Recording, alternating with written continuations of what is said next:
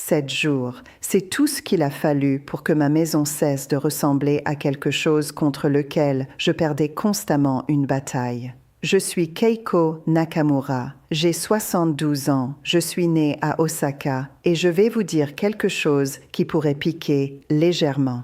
La raison pour laquelle votre maison est en désordre n'a rien à voir avec la fréquence à laquelle vous la nettoyez. Cela a tout à voir avec la façon dont votre maison est conçue pour fonctionner. Ou plus précisément, comment elle n'est pas conçue pour fonctionner du tout. J'ai passé des décennies à regarder les maisons occidentales fonctionner sur pure réaction. Quelque chose devient en désordre. Quelqu'un nettoie. Quelque chose devient à nouveau en désordre. Quelqu'un nettoie à nouveau. Une boucle épuisante et infinie qui produit des gens fatigués et des maisons qui ne semblent jamais tout à fait correctes. Les maisons japonaises brisent cette boucle entièrement.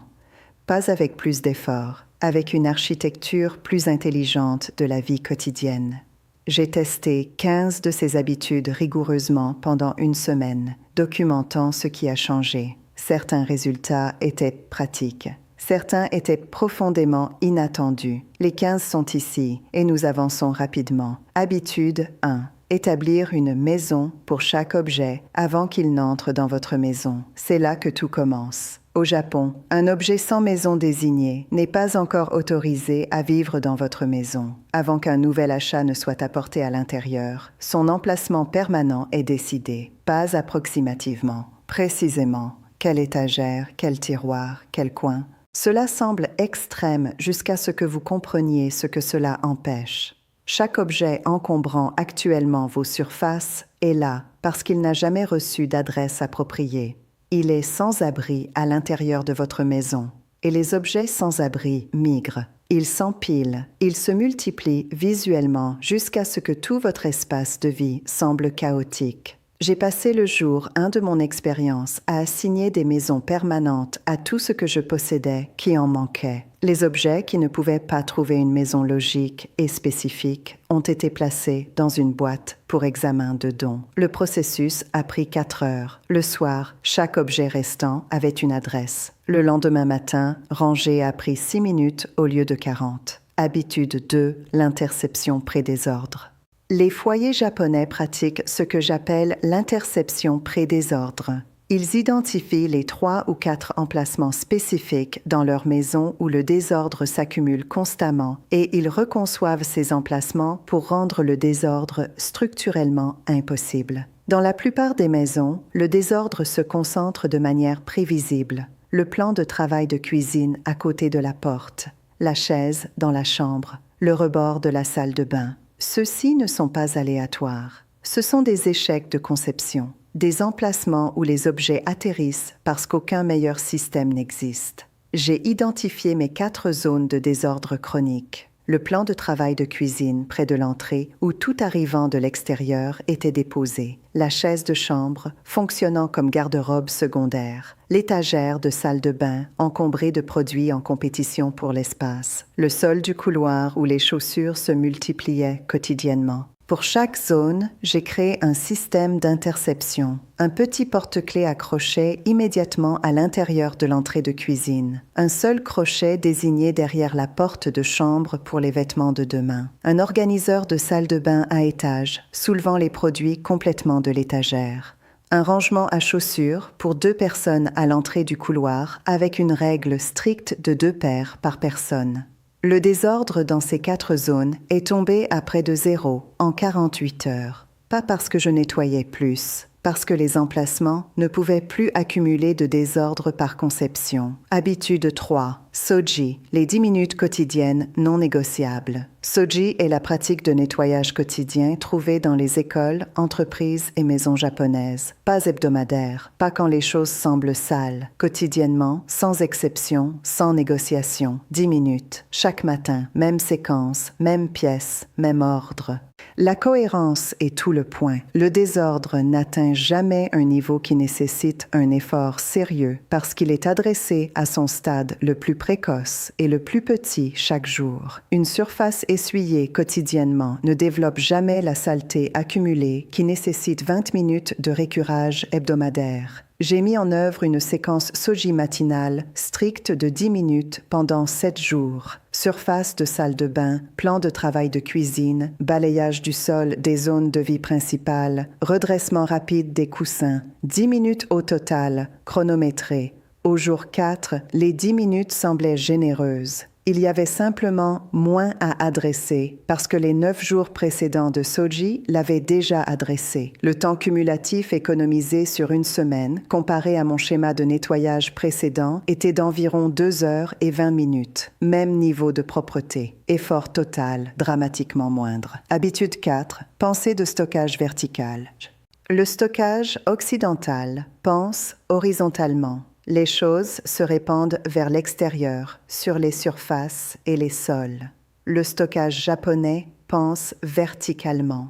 Les choses s'élèvent vers le haut, empilées, suspendues, élevées, utilisant l'espace mural et la hauteur que la pensée horizontale ignore complètement. J'ai regardé ma cuisine et compté l'espace vertical que je n'utilisais pas. Environ 60% de la hauteur murale disponible était vide, tandis que mes comptoirs et placards inférieurs débordaient. J'ai installé 3 simples bandes magnétiques murales pour les couteaux et ustensiles métalliques. J'ai ajouté 2 crochets à l'intérieur des portes de placard pour les tasses à mesurer et petits outils. J'ai placé un support à assiette verticale à l'intérieur d'un placard, convertissant un espace qui contenait 4 objets horizontalement en un contenant 14 verticalement. L'espace de comptoir a augmenté dramatiquement. Les objets sont devenus plus accessibles, pas moins, parce qu'ils n'étaient plus enterrés sous d'autres objets. La pensée verticale ne nécessite pas de rénovation. Elle nécessite seulement un changement de perspective sur la direction dans laquelle votre stockage devrait croître. Habitude 5. La séparation zone humide, zone sèche.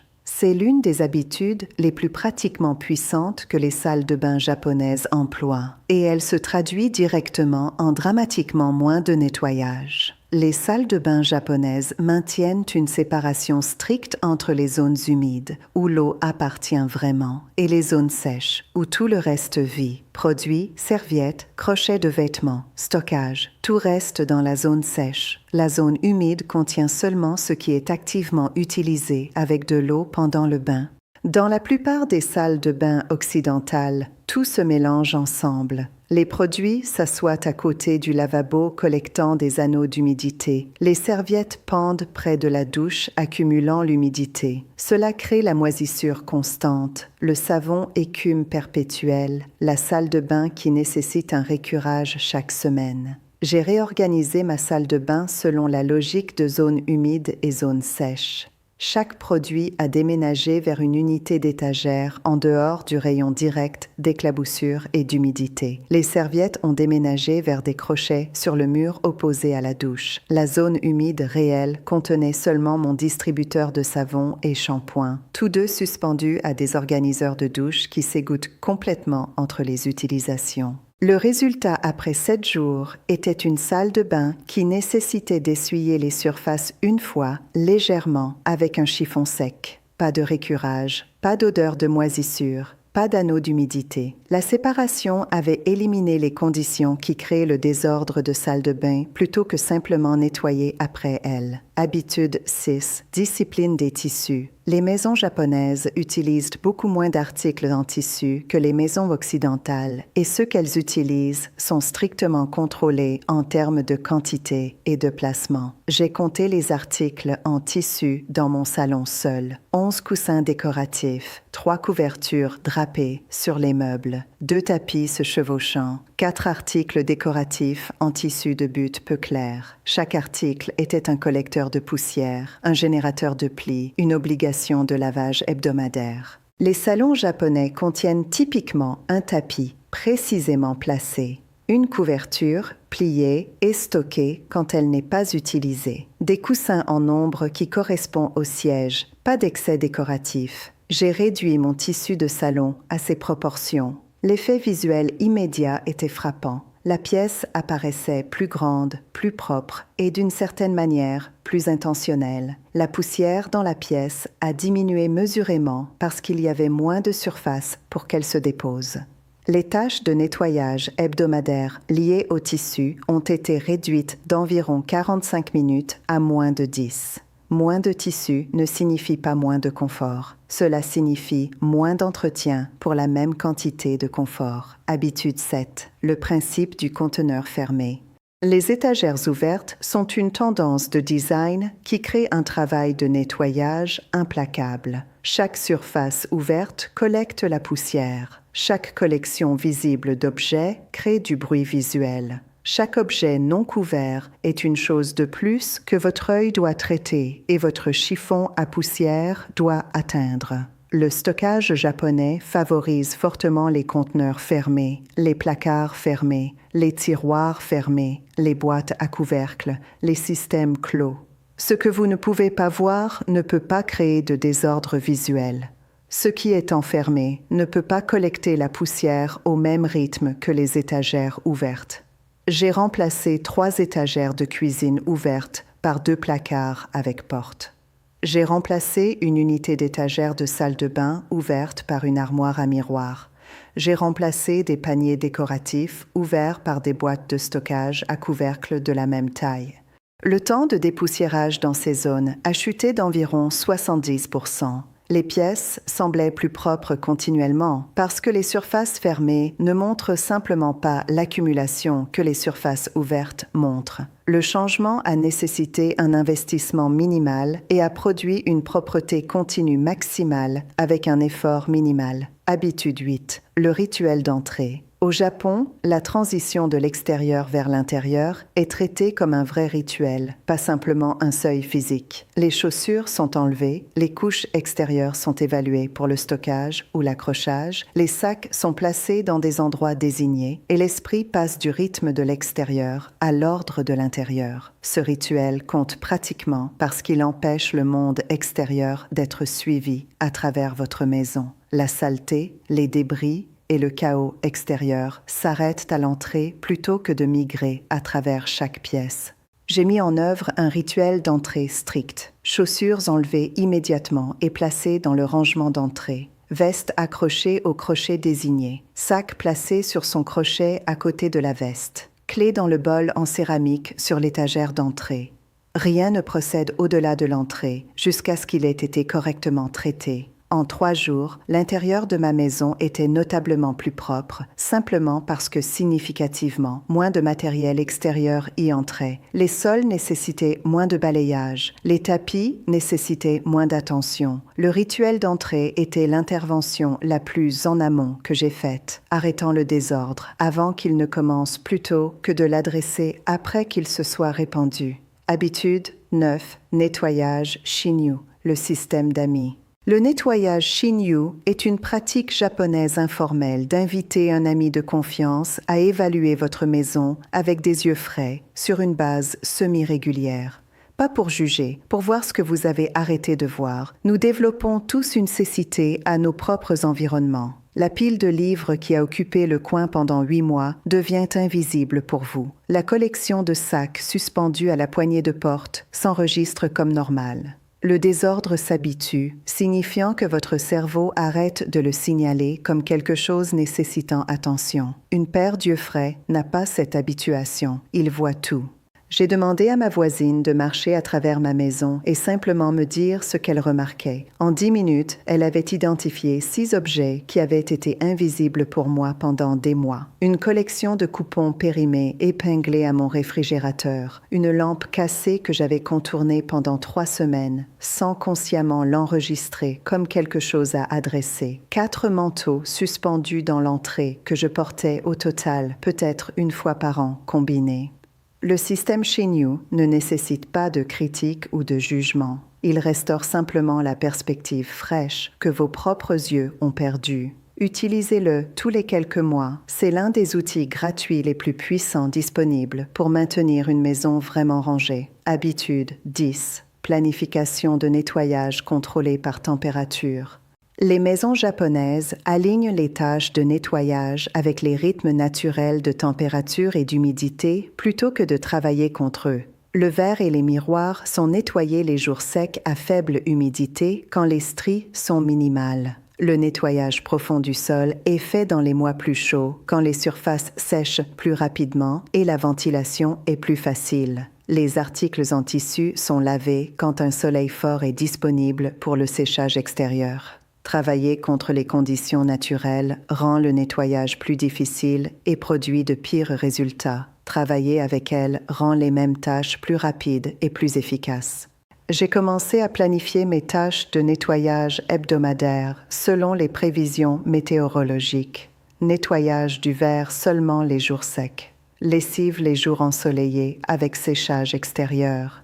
Nettoyage lourd du sol quand les fenêtres pouvaient rester entièrement ouvertes pour un séchage et une ventilation rapide. Les tâches n'ont pas changé. Le séquençage a changé et les résultats se sont améliorés tandis que l'effort requis a diminué. C'est l'essence du nettoyage intelligent plutôt que du nettoyage plus dur. Habitude.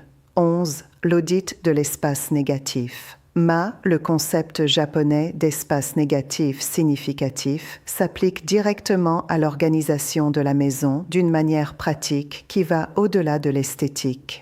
Chaque étagère et surface dans une maison japonaise maintient délibérément un espace vide, non pas parce qu'il n'y a rien de disponible pour le remplir, mais parce que ce vide sert une fonction. Il donne à l'œil un endroit pour se reposer. Il signale que l'espace est sous contrôle. Et crucialement, il fournit de la place pour que la vie se produise sans créer immédiatement un débordement. Une étagère remplie à capacité n'a pas de résilience. Au moment où quoi que ce soit d'additionnel arrive, elle déborde. Une étagère à 70% de capacité absorbe les nouvelles arrivées naturellement, leur permettant d'être correctement triées et adressées sans créer de chaos visuel immédiat.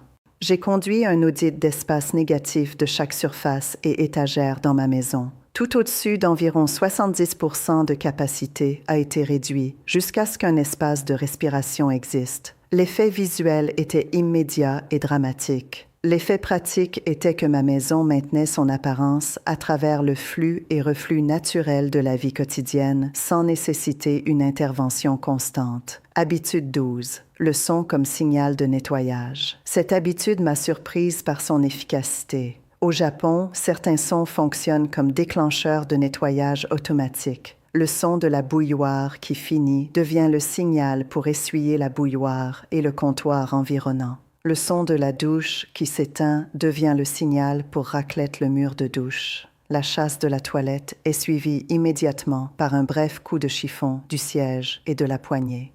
Les habitudes déclenchées par le son ne nécessitent aucune volonté, aucun rappel, aucune planification. Le son se déclenche automatiquement, la micro-habitude suit automatiquement et les surfaces sont maintenues à leur état le plus propre continuellement. J'ai associé 5 sons dans ma maison avec 5 actions de micro-nettoyage correspondantes. En 3 jours, ces associations semblaient entièrement naturelles. En 7 jours, elles semblaient automatiques. Les surfaces impliquées sont devenues notablement et constamment plus propres qu'elles ne l'avaient été sous n'importe quel calendrier de nettoyage précédent. Habitude 13. Le système de boîte de débordement. La philosophie organisationnelle japonaise inclut une approche structurée au débordement inévitable que la vie produit. Plutôt que de permettre au débordement de se répandre sur les surfaces, une seule boîte de débordement désignée par pièce le contient. Quand quelque chose entre dans la pièce sans maison immédiate, il va dans la boîte de débordement, pas sur la surface la plus proche. La boîte de débordement est examinée et vidée complètement une fois par semaine. Rien ne reste dans une boîte de débordement pendant plus de 7 jours. Si elle ne peut pas trouver une vraie maison dans ce temps, elle quitte la maison entièrement. J'ai placé une petite boîte attractive dans chacune de mes 4 pièces principales. Pour la première semaine, ces boîtes ont collecté tous les objets sans abri qui atterrissaient précédemment sur les surfaces. Au jour 7, j'ai examiné chaque boîte. Certains objets ont trouvé des maisons appropriées. Plusieurs se sont révélés être des objets sans but authentique dans ma vie et ont été donnés. Les surfaces dans toutes les 4 pièces sont restées dégagées pendant 7 jours consécutifs pour la première fois dont je me souvienne. Les boîtes de débordement n'ont pas caché le désordre, elles l'ont contenu et planifié, ce qui est un résultat entièrement différent et beaucoup plus efficace. Habitude 14. L'heure de réinitialisation hebdomadaire. Distincte du Soji quotidien, la réinitialisation hebdomadaire est une session dédiée d'1 heure adressant ce que les habitudes quotidiennes ne peuvent pas entièrement atteindre. À l'intérieur des tiroirs, intérieur de placards, sols sous les meubles, surface d'appareils. La réinitialisation hebdomadaire empêche l'accumulation lente de désordre plus profond que les habitudes de surface quotidienne ne peuvent pas adresser. 1 heure hebdomadaire, même jour, même séquence. Pas nettoyer par réaction au désordre visible. Nettoyer selon le calendrier, peu importe le désordre visible. C'est la distinction entre le nettoyage réactif et le nettoyage conçu. J'ai mis en œuvre ma réinitialisation hebdomadaire les dimanches soirs. 1 heure, chronométrée, couvrant le stockage intérieur et les zones sous surface. Après 7 jours, j'avais complété une session de réinitialisation. Ce que j'ai trouvé à l'intérieur de mes tiroirs et placards suggérait que ces zones n'avaient pas été délibérément adressées en considérablement plus longtemps qu'1 semaine. L'heure de réinitialisation pour ces zones nécessite probablement de se produire plusieurs fois avant que le désordre accumulé ne soit entièrement adressé. Mais le système est maintenant en place. Chaque semaine s'améliorera sur la dernière. Habitude 15. Kancha, la gratitude comme philosophie de nettoyage. L'habitude finale est celle qui tient toutes les autres ensemble, et c'est celle pour laquelle j'étais le moins préparée. Kancha signifie gratitude. Dans les maisons japonaises, le nettoyage n'est pas séparé de l'appréciation. Vous nettoyez votre maison parce que vous en êtes reconnaissante. Vous maintenez vos possessions parce que vous appréciez ce qu'elles fournissent. Vous essuyez une surface soigneusement parce que vous respectez la surface et l'espace qu'elle occupe dans votre vie. Ce n'est pas de la sentimentalité, c'est de la psychologie pratique. Quand vous nettoyez par obligation ou honte, vous faites le minimum requis pour échapper aux sentiments. Quand vous nettoyez par gratitude, vous apportez attention et soin à la tâche qui produit un résultat fondamentalement différent. J'ai nettoyé ma cuisine au jour 7 de cette expérience avec la gratitude explicite comme cadre. Je suis reconnaissante pour cette cuisine. Je suis reconnaissante pour ces surfaces, cet évier, cette lumière. Le nettoyage que j'ai fait dans cet état était plus minutieux, plus soigneux et plus satisfaisant que tout nettoyage dont je pouvais me souvenir avoir fait d'un état d'obligation réticente. La cuisine après semblait différente de tout nettoyage de cuisine que j'avais précédemment accompli. Pas parce que j'ai utilisé des produits ou techniques différents, parce que j'ai apporté une qualité d'attention différente. Ce que la semaine a réellement révélé, je m'attendais à des surfaces plus propres. Je ne m'attendais pas à la qualité spécifique de calme qui s'est accumulée au fur et à mesure que la semaine progressait. Au jour 5, ma maison avait cessé de nécessiter une gestion consciente. Les systèmes fonctionnaient, les habitudes se déclenchaient, les objets étaient dans leur maison. Ce que je n'avais pas anticipé était combien d'énergie mentale j'avais dépensé à gérer mon environnement sans le réaliser.